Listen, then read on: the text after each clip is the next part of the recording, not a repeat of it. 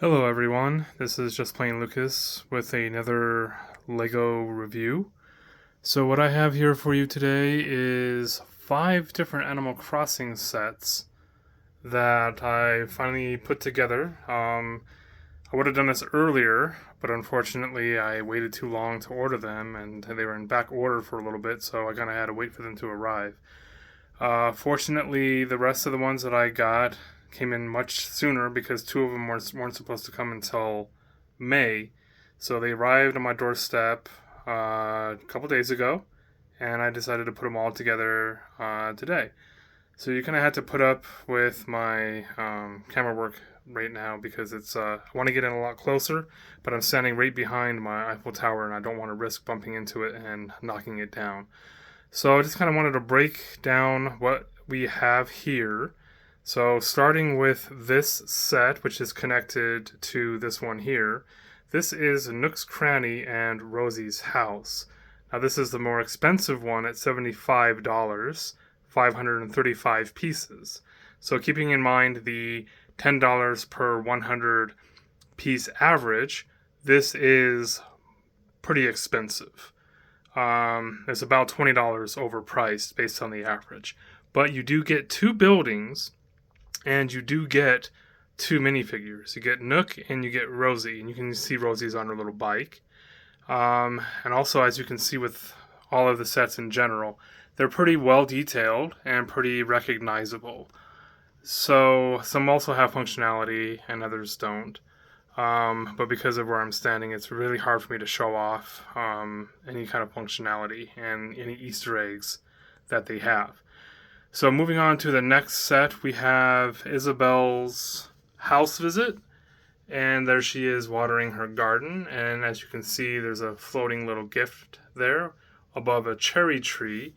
And this one also has 2 minifigures. It has Isabelle and it has Fauna. And Fauna is harvesting the cherry trees, as you can see. This one is for $40 at 389 pieces and is probably the most reasonable of the 5 sets. Then over here we have Captain's Island Boat Tour, and I cannot remember the name of that little minifigure, but you also have 2 minifigures. You got this little guy, little squirrel, and then you got Captain, who is right here on the boat controlling the motor. This one is going for $30 at 233 pieces. Then we have Bunny's Outdoor Adventure, and Bunny's right there. So I'm going to try to see if I can step around my Eiffel Tower real quickly. Be very careful. It's very hazardous in this corner. Sorry. I just wanted to put my notes down real quick. So this is probably the most functional of all the sets. So as you can see, she's going back and forth on her little pogo stick. So there's also campfire here, and since I'm closer here, I might end up doing a little bit more of a detailed research. You can see there's the camping tent, there's a little sleeping bed, there's a little radio, then there's a little box here for all the different tools that you can get. If you play Animal Crossing New Horizons, you know that you can get different tools when you go to the little islands. So it's got a butterfly net, it's got a shovel, there's an axe in there. That little white thing is actually a marshmallow on a stick, so you can give it to Bunny and you can put her over the campfire and she can roast a marshmallow. Then, just kind of pointing out some details with the Captain's Tour. You know, there's a coconut there. They got little bamboo shoots. Then, you know, there's another shovel. It's got a cute little crab there with the shell. The boat, Captain's Boat, has like a little album on there. And there's also a couple other albums in, I believe this set has one, and I believe that one has one as well on the inside interior, which unfortunately I'm not able to turn around and show you. So there's all that. And let's see, I don't know if I said the price. Whoops, I just dropped something. Oh well. The price of the Bunny's Outdoor Adventure is $20 for 164 pieces. And hold on, I'm just going to get my footing here. Then the last set that we have is Julian's Birthday Party, and that is going for $15 at 170 pieces. $20, 164 pieces. $15, 170 pieces. So you're getting 6 more pieces in this set, $5 cheaper than this set right here. These 5 Animal Crossing Lego sets have really confused me on how on how Lego has set their prices. It just doesn't make any sense at all. So, adding it all up, if you were to get all 5 sets, it would run you $180 for 1,491 pieces in total. And if you've been paying attention to the 100 pieces per $10 average, you can tell that this is really overpriced. It's about $30 overpriced if you were to buy all 5 sets. So obviously you are paying for a Nintendo tax.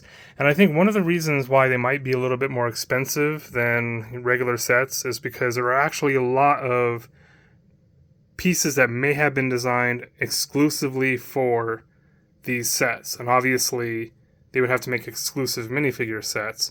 So I think when there's sets that have unique pieces, it tends to run the price, the piece per price average up. So there's one other thing that I wanted to show. There is a promotional item, and I don't know if this is still available, but I was given this as a gift for buying some of the sets. This is Maple's Pumpkin Garden at 29 pieces. But it's staying sealed because I make it a rule not to open the promotional materials or promotional sets. I just kind of sit on them, let them accrue value. Maybe at some point I might open them put together, or I might sell them. Who knows? Sort of depends on what I feel like. So, oops, didn't mean to get my notes in the shot. So, that's pretty much the review of the number of pieces and the price amounts. I did want to say one other thing.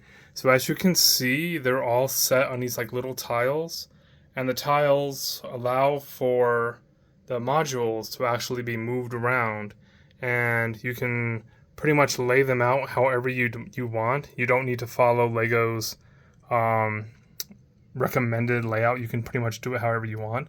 But with that said, keep that in mind. If you're moving the sets themselves, they're not supported underneath the tiles. They will pretty much fall apart if you don't have a good grip on them. So when you're moving an entire set around, make sure that you're using both hands. You have all the tiles supported from underneath. Otherwise, they might end up crashing on the ground, which almost happened to this one right here. It started falling apart. I managed to catch it. A couple of the tools ended up falling out as a result. One of the shovel I cannot find. Thankfully, I had a spare shovel and was able to put it back into the little box there.